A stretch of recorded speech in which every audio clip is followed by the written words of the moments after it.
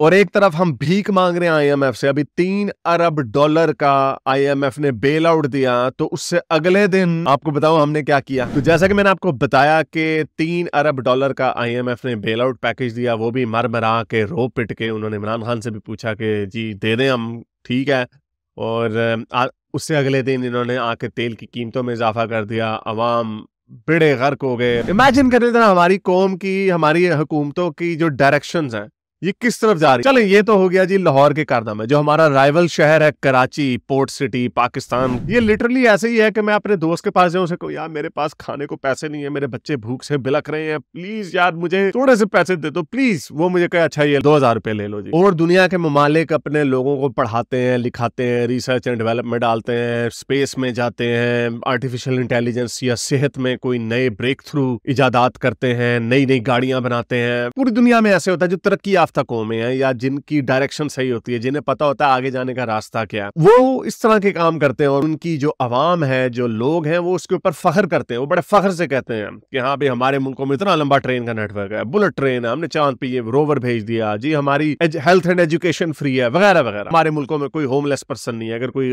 गरीब आदमी है तो उसको हम छत देते हैं। इस तरह के बेतहाशा काम और मुल्कों में होते हैं। ठीक है, पाकिस्तान थर्ड वर्ल्ड कंट्री है, पैसा नहीं है हमारे पास, बुरे हालात हैं हमारे, तो हम क्या करें, आप हर वक्त हमें कोसते रहते हैं। और अगर हमें कुछ नहीं मिलता तो हम बीच में मजहबियत घुसा लेते हैं। अगर नंबर बनाने हो तो ब्लास्फेमी का लॉ बना लेते हैं, फिर उसके अंदर कोई ट्वीक कर देते हैं, 3 साल से बढ़ा के 10 साल रख देते हैं। वो जी कॉमेडियन ने ये कह दिया, वो कॉमेडियन के पीछे पड़ जाते हैं। वो जी फिल्म में ये हमारी कल्चर के ऊपर इन्होंने बात कर दी, आर्टिस्टिक फ्रीडम। इस तरह के कामों में हम लगे हुए हैं। और एक तरफ हम भीख मांग रहे हैं आईएमएफ से। अभी 3 अरब डॉलर का आईएमएफ ने बेल आउट दिया, तो उससे अगले दिन आपको बताऊं हमने क्या किया और दोनों सूबों में हमने क्या किया बताता हूं। लेकिन आगे जाने से पहले इस वीडियो को ज्यादा से ज्यादा लाइक करें, शेयर करें, सब्सक्राइब करें। अगर इस चैनल को सपोर्ट करना चाहते हैं तो patreon.com/हारिस सुल्तान पर जाकर पेट्रन भी बन सकते हैं।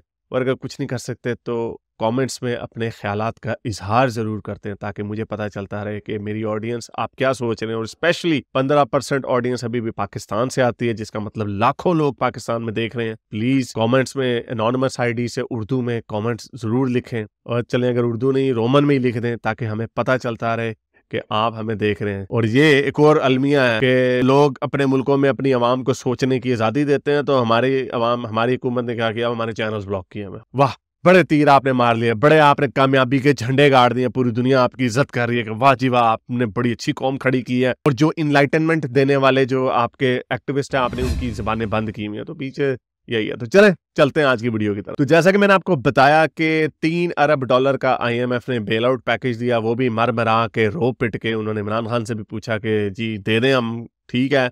और उससे अगले दिन इन्होंने आके तेल की कीमतों में इजाफा कर दिया। अवाम बेड़े गर्क हो गए। अभी मैं कहीं पे सुन रहा था कि 50% पाकिस्तान की आबादी सिर्फ 200 यूनिट इलेक्ट्रिसिटी के यूज करती है, जो कि कुछ भी नहीं है। और 60% जो है या 70% है वो सिर्फ 300 यूनिट करती है। इस मुल्क की गुर्बत का ये हाल है। तो आप पूछें कि यार ये पैसे जाते कहाँ पे हैं? आईएमएफ से आते हैं, कर्जे में मजीद डूबते चले जा रहे हैं, और जो गरीब लोग हैं वो मजीद पिसते चले जा रहे हैं। और गरीबों को भी अपनी हालत संभालने का कोई शौक नहीं है। उनको खुश करने के लिए क्या किया जाता है जी, ब्लास्फेमी का लॉ हमने पास कर दिया। क्या किया जाता है जी, ओहो जी ये फिल्म हमने बैन कर दी है, इसमें हमारी इक़्तिदार, हमारी मजहबी रवायात को मजरूह किया गया है। ताबिश का शो नाशपाती, इसको बैन कर देते हैं, इसके अंदर जूम आईनी गंदी बातें हो रही। और वो जो गरीब आवाम है जिसको डिमांड करनी चाहिए कि भाई हमें हमारे बच्चों को पढ़ाएं, हम मदरसों में अपने बच्चों को नहीं भेजना चाहते, हमें अच्छी सेहत दें, हमें सस्ता पेट्रोल दें, हम पे टैक्स कम करें, ये नहीं है हमारी आवाम को, क्योंकि मजहब की ट्रक की बत्ती के पीछे लगाया हुआ। और अगर वो नहीं, मजहब जब नहीं बेचना होता तो फिर क्या बेचते हैं? कौम परस्ती, नेशनलिज्म बेचते हैं। तो 14 अगस्त आने वाली है। हम आज से 75 साल पहले एक आजाद मुल्क बन के दुनिया के नक्शे पे उभरे और हमने गुलामी की जंजीरें तोड़ दी। जैसे खान साहब कहते हैं तालिबानों ने अमेरिका की गुलामी की जंजीरें तोड़ के फिर वो हम पे फटने लग गए, वो चले और बात है। हमारे लीडर ने, हमारे बाबा कौम कायदे आजम ने अंग्रेजों से एक हाथ लड़ते रहे, दूसरी तरफ शातिर हिंदुओं से लड़ते रहे, और उन्होंने एक वक्त में अंग्रेजों को भी मात दे दी और हिंदुओं को भी मात दे दी, और हमें एक अजीमुल शान सब्ज हिलाली परचम के साए तले एक बहुत अजीमो बुलंदबाला कौम दे दी। जी हाँ, मैं बात कर रहा हूँ अपनी पाक सरजमीन पाकिस्तान। आप कहेंगे यार हारिस इतनी लंबी चौड़ी आपने बातें की, तो थोड़ी सी इसके पीछे मकसद क्या है? तो जी 76वीं सालगिरह हम अपनी योम आज़ादी मनाने जा रहे हैं 14 अगस्त को।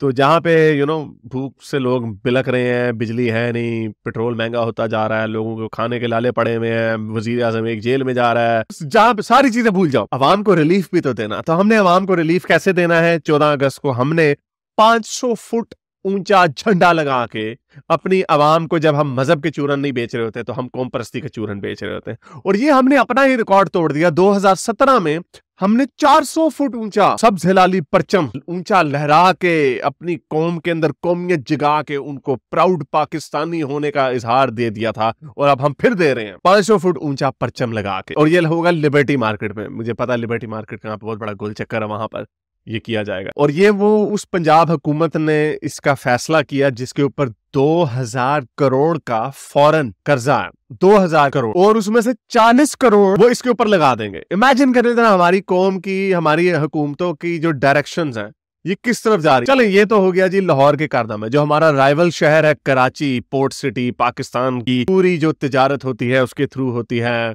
पता नहीं कहीं, आई डोंट नो। उन्होंने कहा हम क्यों पीछे रहे।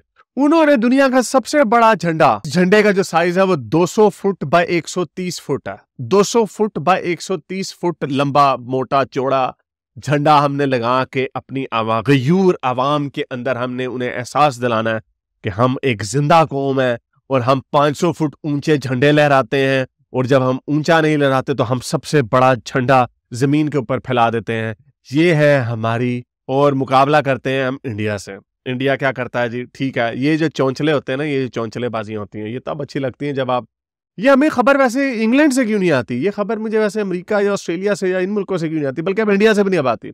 इंडिया ने भी इस तरह की हरकत की थी और उन्होंने बनाया था, लेकिन चले शायद वैसे इंडिया भी इस तरह की हरकत कर सकता है, लेकिन उनको फिर भी ये जचती है कि उनका बजट कितना है। वो चांद पे पहुंचा रहे हैं अपने बंदों को, हमसे यहाँ पे अपने बंदों का इलाज नहीं करवाया जाता। हम मेडिकल टूरिज्म के लिए उनकी भीख मांगते हैं, IMF से भीख मांग रहे हैं, वो भीख नहीं मांग रहे। तो वो अगर ये कर भी लें, हालांकि ये चौंचलेबाजी है, लेकिन अगर वो कर भी लें अपनी आवाम को यूनाइट करने के लिए, तो चलो ठीक है, समझ में आता। ये हम लिटरली 40 करोड़ रुपए 500 फुट ऊंचे झंडे के ऊपर लगा दिए, जबकि 2000 करोड़ जो है आपके ऊपर फौरन कर्जा। पहले ये लिटरली ऐसे ही है कि मैं अपने दोस्त के पास जाऊं, उसे कहूं यार मेरे पास खाने को पैसे नहीं है, मेरे बच्चे भूख से बिलक रहे हैं, प्लीज यार मुझे थोड़े से पैसे दे दो प्लीज। वो मुझे कहे अच्छा ये 2000 रुपए ले लो जी। मैं आऊं जी, आते ही मैंने 40 रुपए जो है ना, मैंने 40-50 रुपए उड़ा दिए आवारागर्दी में, शराबों में, सिगरेटों पे, इस पे उड़ा दिए। अगर उन्हें पता चलो चिपड़े ना आपको मारे। इसीलिए मेरे जैसे लोग जो है, ऑब्वियस मैंने हमेशा से मेरे पूरे एक्टिविज्म में, आप जो लोग मुझे पहले से सुनते चले आ रहे हैं उनको पता कि मैंने रिलीजन के बाद अगर सबसे ज्यादा किसी चीज की बुराई की है तो वो नेशनलिज्म किया है। और नेशनलिज्म जो होता है ना, लोगों को ब्लाइंड कर देता है। एक होता है मुल्क से प्यार करना, अपने मुल्क को बेहतर करने की डिमांड करना, वो इस सेंस में करना कि मेरे बच्चों का फ्यूचर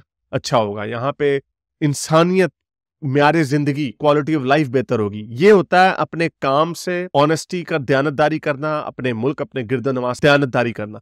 ये ठीक है, यहां तक बात ठीक है। जब ये बदल जाता है ना इश्क में, नेशनलिज्म में, फिर लोग अंधा होने शुरू हो जाते हैं, ऑब्जेक्टिव थिंकिंग से हट जाते हैं। फिर वो ऑब्जेक्टिव थिंकिंग नहीं रख सकते, वो फिर ये सोचते हैं हर चीज में कि इसके पीछे साजिश है।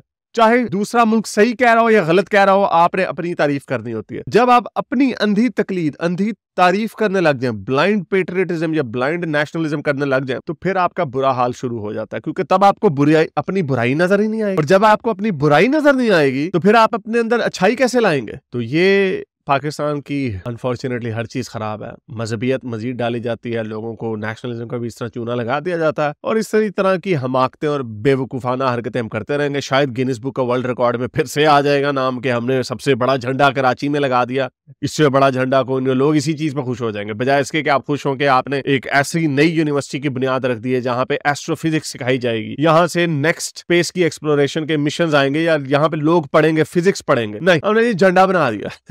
तो इसी तरह की हरकतें हम करते रहेंगे। उम्मीद करता हूँ आज की वीडियो में भी आपने कुछ सीखा होगा, और इस वीडियो को ज्यादा से ज्यादा लाइक करें, शेयर करें, सब्सक्राइब करें। अगर इस चैनल को सपोर्ट करना चाहते हैं तो patreon.com/हारिस सुल्तान पे जाकर पेट्रन भी बन सकते हैं। और कुछ नहीं कर सकते तो कमेंट्स में अपने ख्यालात का इजहार जरूर कर सकते हैं। अब तक के लिए इतना ही, अगली वीडियो तक साइंस हाफिज। अगर आपको मेरी ये वीडियो अच्छी लगी तो मेरे चैनल के मेंबर बनिए, पेट्रन बनिए, या फिर आप मुझे बाय मी या कॉफी में भी सपोर्ट कर सकते हैं।